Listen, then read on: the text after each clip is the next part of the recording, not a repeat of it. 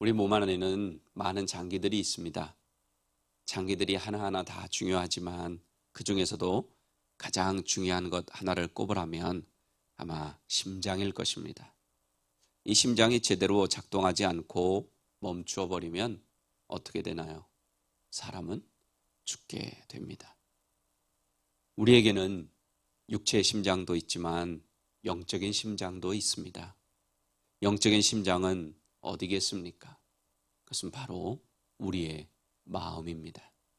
마음은 우리의 감정과 생각과 이성의 중심을 상징합니다. 즉 마음은 우리의 삶을 지휘하는 지휘본부라고도 할 수 있습니다. 그래서 잠언 4장 23절에 보면 이렇게 말씀하시죠. 무릇 모든 지킬 만한 것 중에 더욱 내 마음을 지키라. 생명의 근원이 이에서 남이니라.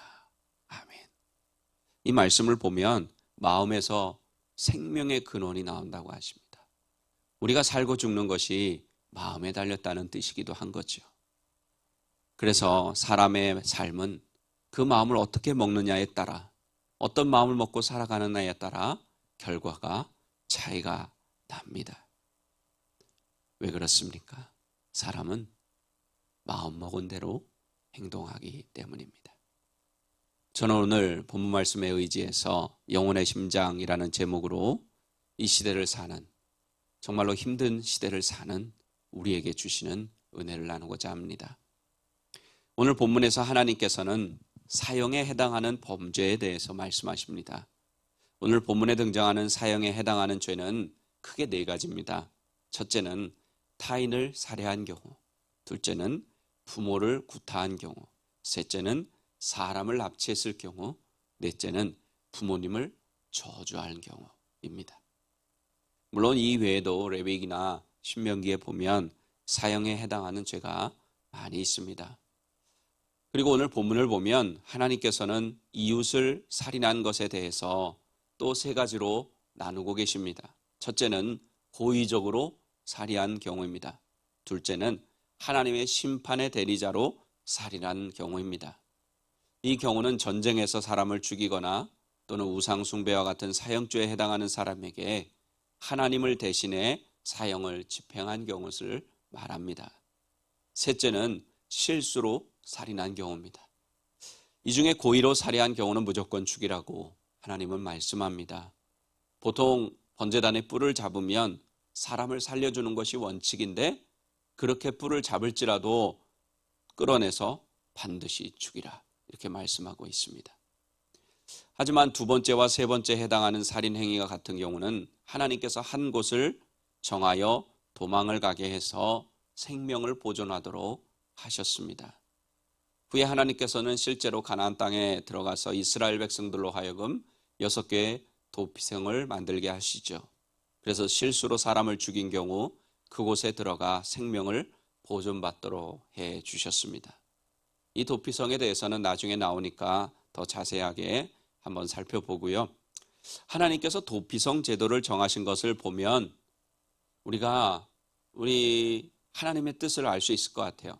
살인을 한 결과도 하나님께서는 중요하게 보시지만 그 살인의 동기가 어떠한지도 하나님은 중요하게 보고 계시다는 것을 알게 됩니다.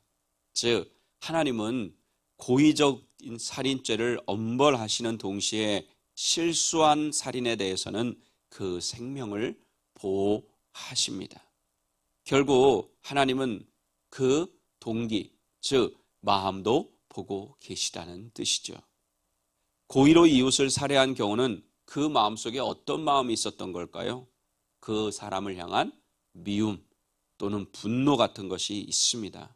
그 미움과 분노가 겉으로 표출이 되어서 결국 다른 사람의 생명을 빼앗게 되는 살인을 행하게 되는 거죠. 이런 측면에서 예수님께서는 형제를 미워하는 자마다 이미 살인한 자다 이렇게까지 말씀하신 것입니다. 그리고 부모를 구타하고 저주하는 자를 하나님께서는 죽이라고 말씀하십니다. 어떤 자식이 부모를 저주할까요? 또는 부모를 때릴까요? 그 속에 부모에 대한 미움 또는 원망, 분노, 이런 마음들이 있는 사람들입니다. 결국 부모를 공경하지 못하는 것, 또 부모를 때리는 것, 부모를 저주하는 것, 그 마음이 잘못되었다는 것이죠.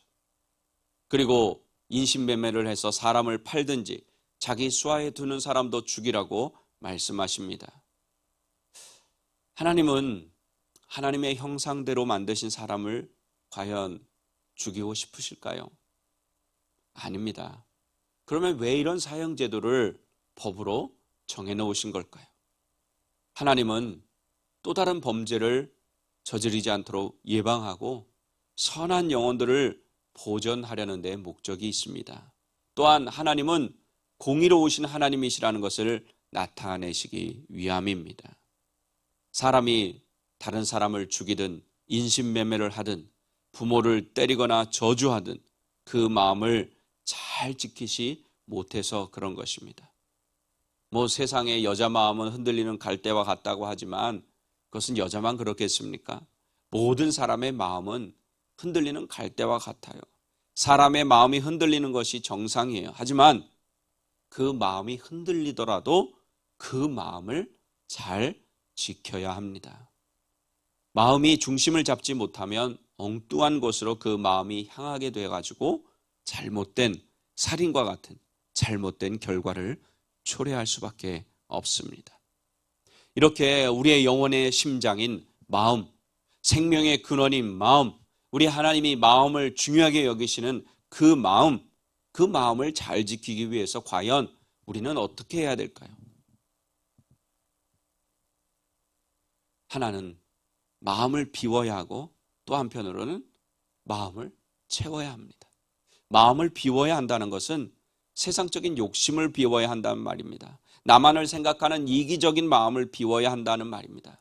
반면에 마음을 채워야 한다는 것은 뭘로 채워야 될까요? 하나님의 말씀으로 채워야 한다는 것입니다. 성령으로 충만하게 해야 한다는 말씀입니다. 또 우리 예수님의 마음으로 채워야 한다는 뜻입니다.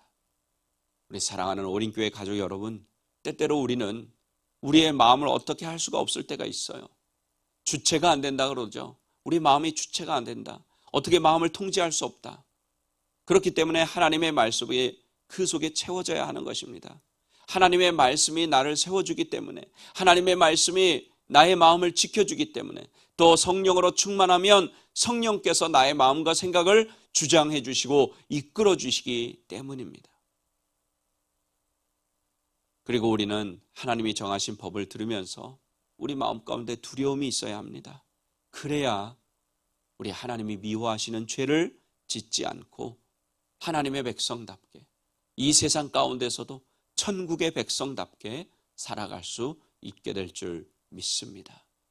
여러분과 제가 마음을 잘 지킴으로, 영혼의 심장인 마음을 잘 지키고 생명의 근원인 마음을 잘 지켜서 범죄하지 않고 하나님의 말씀대로 살아가기를 예수님의 이름으로 간절히 축원합니다.